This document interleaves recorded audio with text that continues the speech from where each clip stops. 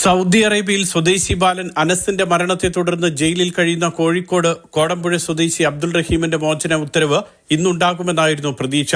റിയാദിലെ ക്രിമിനൽ കോടതിയിൽ നിന്നും ശുഭവാർത്തയ്ക്ക് വേണ്ടിയാണ് എല്ലാവരും കാത്തിരുന്നത്.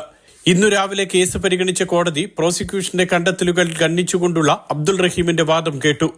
റഹീം അനസിനെ മനഃപൂർവ്വം കൊലപ്പെടുത്തി, തെളിവ് നശിപ്പിച്ചു, ക്രൂരമായ കുറ്റകൃത്യം തുടങ്ങിയവയായിരുന്നു പ്രോസിക്യൂഷന്റെ നിലപാട്. സൗദി കുടുംബത്തോട് മുൻവൈരാഗ്യമില്ല, രാജ്യത്തെത്തിയിട്ട് 1 മാസം പോലും തികഞ്ഞിട്ടില്ല, മനഃപൂർവ്വം കുറ്റം ചെയ്തിട്ടില്ല, 18 വർഷമായി ജയിലിൽ കഴിയുന്നു എന്നീ വാദങ്ങൾ ഉന്നയിച്ചാണ് റഹീമിന്റെ അഭിഭാഷകൻ ജയിൽ മോചനം ആവശ്യപ്പെട്ടത്. ഇത് ഫയലിൽ സ്വീകരിച്ച കോടതി ഉത്തരവ് പറയുന്നത് ഡിസംബർ 12 വ്യാഴാഴ്ചയിലേക്ക് മാറ്റുകയായിരുന്നു. അന്ന് ഉച്ചയ്ക്ക് 12:30 കേസ് പരിഗണിക്കുക.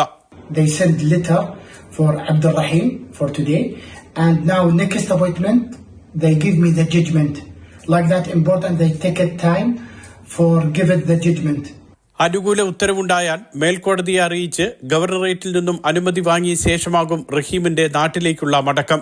സൗദി പോലീസ് നേരിട്ട് വിമാനത്താവളത്തിലെത്തിച്ച് റഹീമിനെ നാടുകടത്തും. Mathrubhumi news, Riyadh.